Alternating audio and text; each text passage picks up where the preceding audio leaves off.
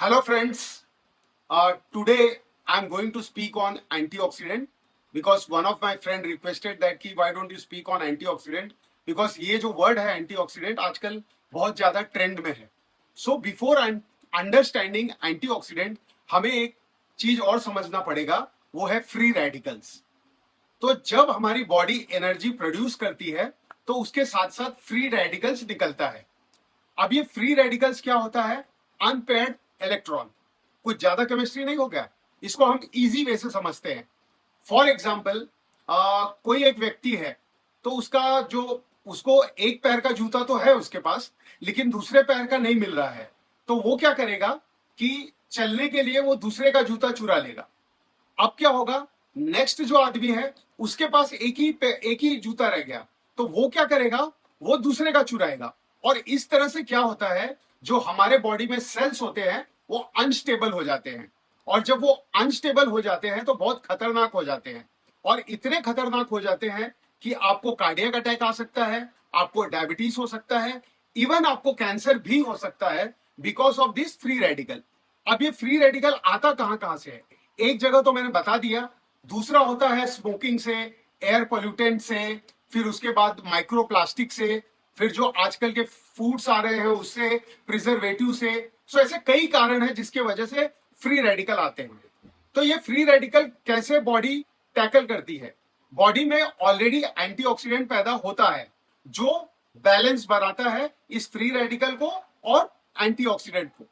लेकिन जब free radical ज्यादा बढ़ जाते हैं तो हमें बाहर से एंटीऑक्सीडेंट लेना पड़ता है.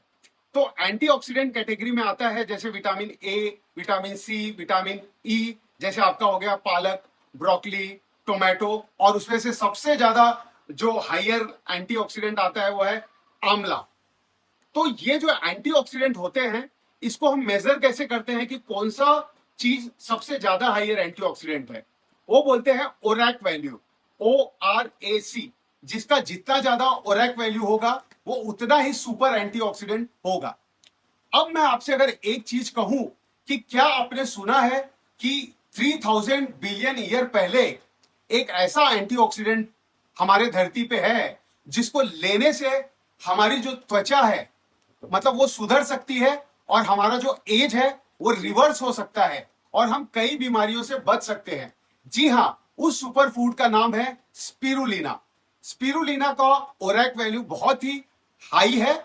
और ये जो स्पिरुलिना है ये अगर आप 2 to 3 ग्राम्स पर डे लेते हैं तो ये हायर एंटीऑक्सीडेंट है, जिससे आपका जो कार्डियक जो हेल्थ है वो सुधर सकता है, आपका स्किन ग्लो कर सकता है, आपको कैंसर होने के चांसेस कम हो सकते हैं और ये काफी फायदे हैं. और दूसरा एक सुपर फूड है जो स्पिरुलिना से भी ज्यादा अच्छा है, उसको बोलते हैं सी बकथॉर्न. ये 500 मिलियन पहले से ही अवेलेबल है. ये मोस्टली हिमालयन रेंज में होता है, जैसे कि लद्दाख -40 डिग्री सेल्सियस में और +40 डिग्री सेल्सियस में ये होता है.